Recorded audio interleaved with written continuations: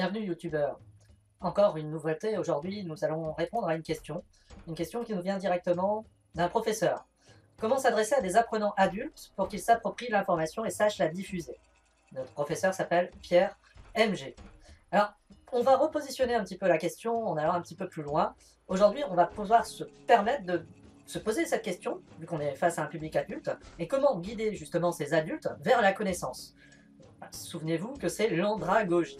Alors, vous allez me dire, qu'est-ce que l'andragogie? L'andragogie, c'est le fait de s'approprier un savoir, de conquérir aussi d'autres codes avec ce savoir. L'adulte, à ce moment-là, va modifier son canal d'appropriation sur le savoir qui va être différent pour lui des autres. Alors, parfois, vous êtes rendu compte que vous savez quelque chose, mais il se peut très bien aussi que vous avez su du savoir. Donc, on sait qu'on peut avoir su du savoir. Il y a une double fréquence d'information. Donc dans cette information, j'ai oublié, mais alors, je peux apprendre à nouveau. Mais si j'apprends à nouveau, je peux de nouveau oublier. C'est justement ça, l'andragogie. Quand on va se positionner sur des publics adultes, on va souvent apprendre des choses à un adulte. Alors, apprendre, c'est aussi s'approprier une nouvelle connaissance. Ça peut être aussi connaître que cette connaissance est devenue réalisable.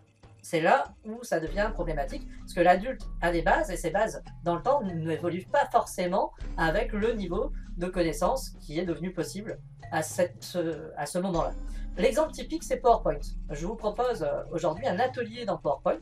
Alors ça va être un atelier très simple, hein. Peu importe l'outil que vous utilisez, vous allez vite comprendre que ceux-ci vont aussi évoluer. Donc dans cet outil PowerPoint, voilà, je vous propose d'y mettre de la connaissance. De la connaissance, c'est des livres. Une fois que vous avez mis quelques livres dans cet atelier, ils peuvent être de couleurs différentes. Mais maintenant, avec l'outil d'image de PowerPoint, on est capable de les mettre de couleurs accentuées mais identiques. Et c'est là où ça devient intéressant, c'est que ces livres qui étaient tous de couleurs différentes, on va pouvoir les rendre dans des couleurs identiques. On peut aller un petit peu plus loin, je vais revenir sur ces livres qui ont cette couleur à l'identique. On va pouvoir aussi les transformer. On va pouvoir par exemple leur donner une vie ou les faire vieillir avec PowerPoint.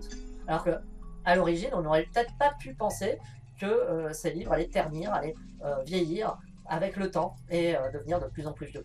On ne s'imagine pas que PowerPoint est capable de faire tout ça. Et pourtant, vous le voyez, c'est assez impressionnant. Alors, revenons un petit peu sur l'état dans lequel ils étaient au préalable. On peut aussi se poser la question, pourquoi pas trouver, est-ce que je savais faire ça avant? Est-ce que je n'utilise pas un autre logiciel pour faire ça? Et maintenant on se pose la question, est-ce que j'ai pas appris quelque chose et est-ce que je ne vais pas le diffuser? Alors c'est là où ça devient intéressant, c'est là où on va avoir un axe de réflexion un peu plus large dans les façons de faire les choses. Je vous donne un simple exemple, il suffit juste d'y penser, petite référence, il suffit juste d'y penser et ça devient une réalité. Je pense que c'était des livres, mais je pense que j'ai appris plus dans le savoir de la manipulation de ces livres dans PowerPoint.